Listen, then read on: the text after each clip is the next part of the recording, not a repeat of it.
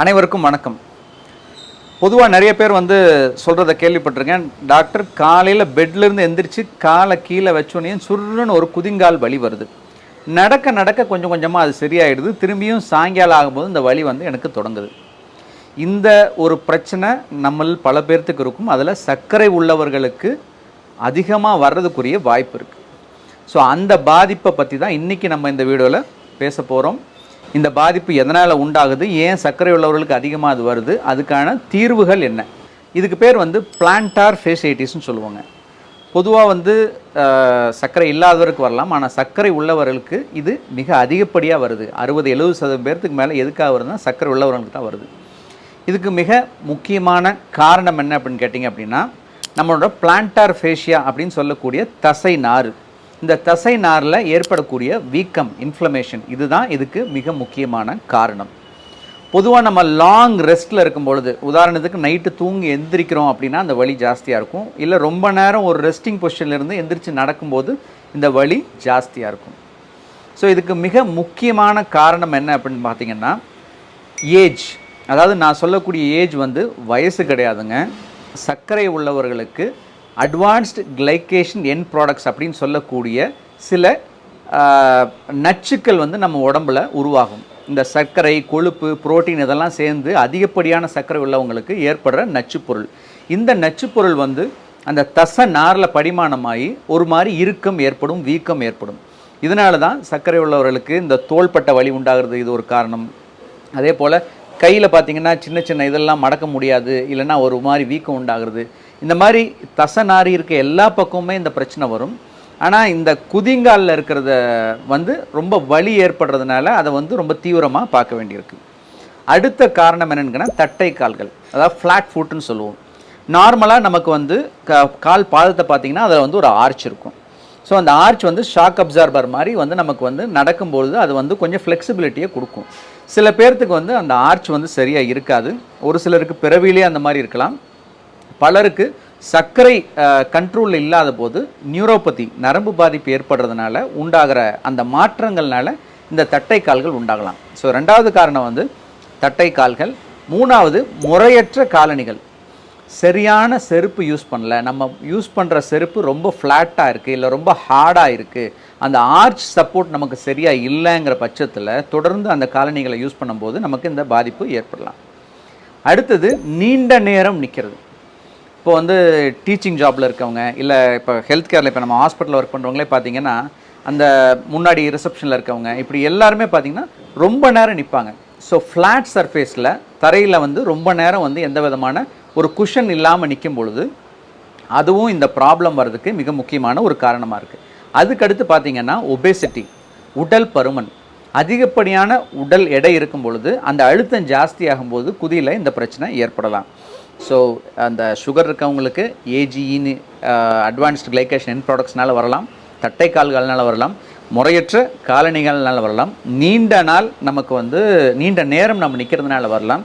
அதுக்கு அடுத்துல கெண்டைக்கால் தசைகள் இறுக்கமாக இருக்கிறது, சரியான எக்ஸசைஸ் இல்லாமல் கெண்டைக்கால் சதைகள், காஃப் மசில்ஸ் ஸ்டிஃபனாக இருக்கிறதுல இறுக்கமாக இருக்கிறதுனால இந்த பாதிப்பு வரலாம். இதுதான் இந்த பாதிப்பு ஏற்படுறதுக்குரிய மிக முக்கியமான காரணங்கள். பொதுவாக இந்த எந்த வயசில் அதிகமாக இருக்கும் பார்த்தீங்கன்னா 40-60 வயசில் இருக்கிறவங்களுக்கு இது அதிகமாக இருக்கிறதுக்கு வாய்ப்பு இருக்குது. ஏன்னா அந்த வயசில் நம்மளோட தசை நார்கள்லாம் கொஞ்சம் எலும்புகள் இதெல்லாம் தேய்மானம் ஸ்டார்ட் ஆகும். அதே நேரத்தில் தான் அதிகப்படியான நின்று வேலை செய்கிறது இதெல்லாம் இருக்கும். ஸோ அதனால தான் அந்த ஏஜ் குரூப்பில் இந்த பாதிப்புகள் அதிகமாக வர்றதுக்கு காரணம். சரி, இதுக்குரிய அறிகுறிகள் நான் முன்னே சொன்ன மாதிரி தான். ரெஸ்ட்டில் இருந்து நம்ம எந்திரிக்கும் பொழுதோ இல்லை தூக்கத்துலேருந்து எந்திரிக்கும் போதோ வலி ஜாஸ்தியாக இருக்கும். இல்லை அதிகப்படியாக எக்ஸசைஸோ நம்ம வாக்கிங்கோ இல்லை ஜாக்கிங்கோ பண்ணும்பொழுது இந்த வலி ரொம்ப ஜாஸ்தியாகிறதுக்குரிய வாய்ப்புகள் இருக்கும். ஸோ அந்த மாதிரி ப்ராப்ளம்ஸ் இருந்துச்சு அப்படின்னா நான் சொல்கிற சில விஷயங்களை நீங்கள் கடைப்பிடிச்சிங்க அப்படின்னா இந்த ப்ராப்ளம் வெகுவாக குறையும். ஏன்னா இதுக்கு மெடிசன் ட்ரீட்மெண்ட் அப்படிங்கிறத விட இந்த என்ன காரணங்களோ அந்த காரணங்களை சரி செய்கிறது மிக முக்கியமான ஒரு விஷயமா இருக்கும். ஸோ முதல்ல நான் சொன்னது சர்க்கரை உள்ளவர்களுக்கு சர்க்கரை கட்டுப்பாடு, இது அடிப்படை, இது யாருக்கும் எந்த மாற்றமும் கிடையாது. ஸோ சர்க்கரை முறையான கட்டுப்பாட்டில் இருக்கணும். அடுத்து ரெண்டாவது விஷயம் சரியான காலணிகள். நம்மளோட ஃபுட்வேர் ஆர்ச் சப்போர்ட்டோட அந்த நான் சொன்ன மாதிரி இந்த இடத்துல ஒரு மேடு இருக்கும், அந்த மேடுக்கு ஒரு சப்போர்ட் கொடுத்த மாதிரி இன்சோல்ஸ் நம்ம யூஸ் பண்ணால் இதை வந்து தவிர்க்க முடியும். அதே போல் இந்த ஹீல் பேடுன்னு சொல்லுவாங்க, அந்த heel pad, soft heel pads வந்து இதுக்கு தனியாக கிடைக்குது. அந்த சாஃப்ட் ஹீல் பேட்ஸை வந்து நம்ம வந்து நம்மளோட என்ன செருப்பு யூஸ் பண்ணுறோமோ, ஷூஸ் யூஸ் பண்ணுறோமோ, செருப்பை விட ஷூஸ் தான் நல்லா ஃபிட் ஆகும். இல்லைனா சாண்டல்ஸ் மாதிரி பின்னாடி க்ளோஸ் பண்ண செருப்புகளும் இது நல்லா யூஸ் ஆகும். ஸோ அதை வந்து நம்ம வந்து யூஸ் பண்ணோம், ஸ்டிக் பண்ணிக்கிட்டோம் அப்படின்னா, ஒட்டிக்கிட்டோம் அப்படின்னா நம்ம அந்த குஷன் எஃபெக்ட் கொஞ்சம் நல்லா கிடைக்கும், அந்த பாதிப்புகளை தவிர்க்க முடியும். அதுக்கு அடுத்து நம்ம வீட்டில் செய்யக்கூடிய சில விஷயங்கள், ஐஸ் ரோலிங் அப்படின்னு சொல்லுவோம். அதாவது வந்து ரொம்ப சிம்பிளாக செய்யலாம். ஒரு 1/4 லிட்டர் வாட்டர் பாட்டில் இல்லாட்டி வந்து இந்த ஏதாவது ஒரு கூல்ட்ரிங்க் பாட்டில் உங்களுக்கு இருந்ததுன்னா அதை எடுத்து நீங்கள் வந்து தண்ணி பிடிச்சி ஃப்ரீசரில் வந்து போட்டு ஃப்ரீஸ் பண்ணிடணும். ஃப்ரீசரில் போட்டு ஃப்ரீஸ் பண்ணிவிட்டு உங்களோட பாதத்தில் வச்சு அதை வந்து ரோல் பண்ணணும். அதை கீழே வச்சுட்டு பாதத்தை அது மேலே வச்சு நீங்கள் வந்து ரோல் பண்ணணும். இந்த மாதிரி ஒரு நாளைக்கு ஒரு 15லேருந்து 20 நிமிஷம் நீங்கள் அதை பண்ணீங்க அப்படின்னா அந்த இன்ஃப்ளமேஷன் குறையும், பெயின் குறையிறதுக்கு வாய்ப்பு. அட்லீஸ்ட் ஒரு நாளைக்கு 2 தடவை 3 தடவை பண்ணணும்னு சொல்கிறாங்க. மினிமம் 1 or 2 டைம்ஸ் ஆகுது நீங்கள் ஒரு 4-5 நாள் இல்லை ஒரு வாரத்துக்கு நீங்கள் தொடர்ச்சியாக பண்ணிங்கன்னா அந்த பெயின் வந்து நல்லாவே குறையும். ஏன்னா அந்த வீக்கத்தினால தான் அந்த வலி வருது. அந்த வீக்கம் வந்து உங்களுக்கு வந்து கண்டிப்பாக குறையறக்குரிய வாய்ப்பு நிறையா இருக்குது. அடுத்தது ஒரு சில சிம்பிள் ஃபிசியோதெரப்பி எக்ஸசைஸ் நான் சொல்கிறேன், அதை பண்ணுங்கள். காஃப் மசில் ஸ்ட்ரெச்சிங்னு சொல்லுவாங்க, சரிங்களா? அதை வந்து நம்ம வந்து ஒரு இதில் ஏதாவது ஒரு கம்பியோ இல்லை செவரையோ நம்ம பிடிச்சிட்டு நம்மளோட ஒரு காலை மடக்கி ஒரு காலை நீட்டி நம்மளோட காஃப் மசில்ஸை ஸ்ட்ரெச் பண்ணுறது. ஏன்னா இந்த கெண்டைக்கால் சதைகள் தான் நமக்கு வந்து தசநாராக உள்ளே வருது. ஸோ அதை நம்ம ரிலாக்ஸ் பண்ணி விடும் பொழுது அந்த இடத்துல இருக்கும் குறையும், வீக்கமும் குறையும். அடுத்தது வந்து நம்மளோட அந்த டெண்டான், நம்மளோட பாதத்தில் இருக்க பிளான்டார் ஃபேஷியாவை வந்து ரிலாக்ஸ் பண்ணுறது. ஸோ அந்த பிளான்டார் ஃபேஷியாவை ரிலாக்ஸ் பண்ணுற எக்ஸசைஸும் ரொம்ப சிம்பிளாக நம்ம செய்ய முடியும். நம்மளால் காலை தூக்கி நம்மளோட தொட மேலே வைக்க முடியும். அப்படின்னா நம்ம காலை தூக்கி நம்மளோட தொட மேலே, அஃபெக்ட் ஆன காலை தூக்கி இன்னொரு முட்டி தொட மேலே வச்சுட்டு அந்த பாதத்தை வந்து நம்மளோட கட்டை விரலை வந்து நம்மளை நோக்கி இழுக்கணும்.